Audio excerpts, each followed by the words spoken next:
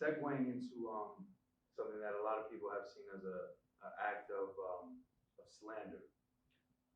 In 2003, shortly after you were born, your father was charged with corruption, a case that went on for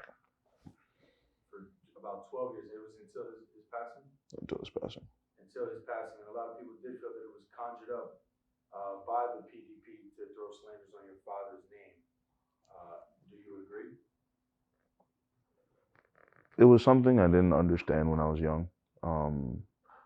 To me, really, all that happened to me as a child was that our main travel car was seized. That was about it. Which means what?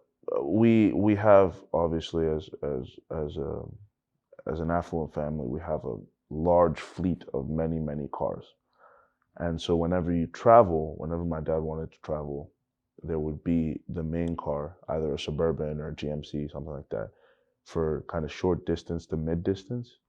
And then you have the travel bus for very long distances that we would take. So the, short mid distance car, the GMC Yukon, was what they had taken, and everything else kind of relatively stayed the same. As I grew up, especially after moving here and being able to read things, I knew that it was fake. If you look through, and it was actually very interesting because when I started to look at the dates of different like court appearances and stuff, your brain starts to click, hey, I remember this incident because I was sitting in the car, or, I remember this because, you hear about it a little bit. And so you don't think about it then, but then when you see something like that, your brain kind of starts to connect this big puzzle around everything.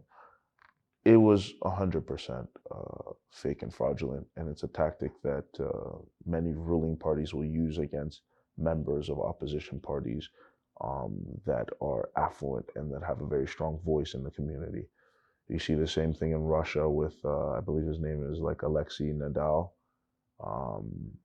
You see the same thing in other, countries.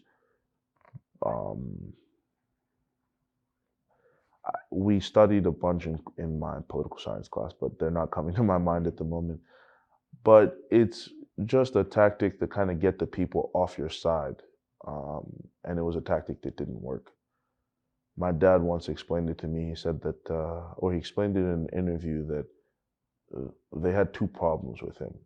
The first was that he was so loved by the people, but he wasn't a part of the major party. And when they tried to get him to become a member of the major party, he refused because he felt as though the best place for him to be able to do the most good for his people was in his party. And by choosing to stay with his party, it made him kind of an unfavorable person that needed to be kind of out of office in order for them to continue their power grab. And the major party being the PDP. PDP.